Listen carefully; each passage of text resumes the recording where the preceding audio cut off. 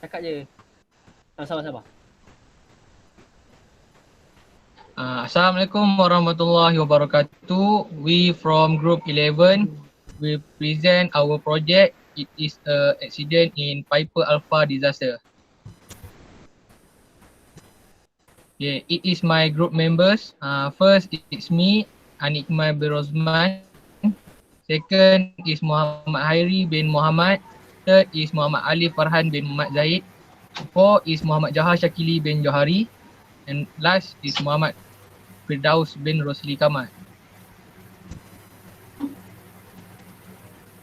Okay, for the introduction, in July 1988, fire and explosion on Occidental Piper Alpha platform 120 miles northeast of Aberdeen claimed the lives of 160 the world's deadliest offshore oil disaster. This was not a spur of the moment occurrence. Rather, it was the outcome of the intrinsically insufficient regulatory safety framework and employer-driven labor relations system. Both are examples of multinational capital ability to create the favorable regulatory and industrial environment at the state level of offshore. For offshore hydrocarbon exploration and recovery. According to our opinion, the concentration of power in the hand of a few multinational oil companies, as observed in the United Kingdom, contain vital clue of the future development in other provinces. This is especially true when it comes to the connection between safety and worker relations, which the industry regularly denies about. It's painfully obvious in the disaster like the Piper Alpha explosion.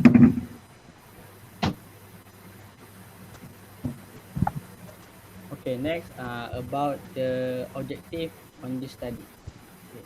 For this report, objective of this report is to explore the evolution of the UK oil industries, political, economy, and regulatory regime.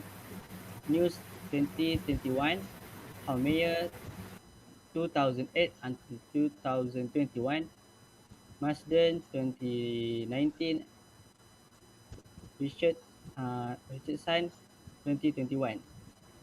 Okay, number two, to examine the Piper Alpha disaster as a key event in evolution of UK offshore regulation. Alongside Lord Cullen's recommendation aimed at preventing a similar disaster. Okay, for the third one, to scrutinize the industry's response to the Cullen report, which is characterized by latent resistance to new regulatory requirements and the industry continuing for prioritization of concern over cost and expenditure. For the last one, to provide a quantitative and qualitative analysis of safety indicator which throw them on industry claim to radical safety improvement since Piper Alpha.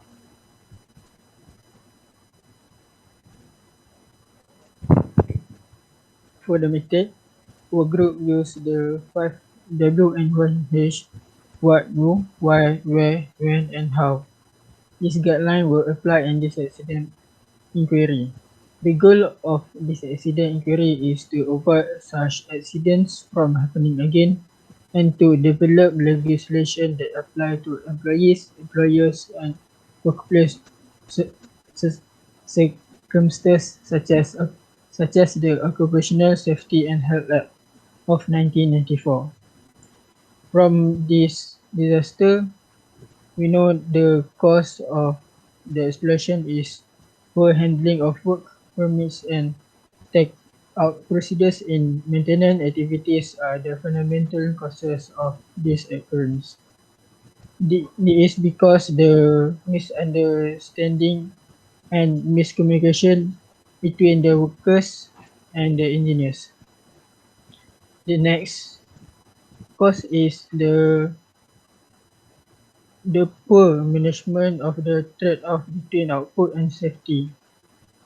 The management of the platform do not want to do the maintenance because they need to spend a huge cost to repair it.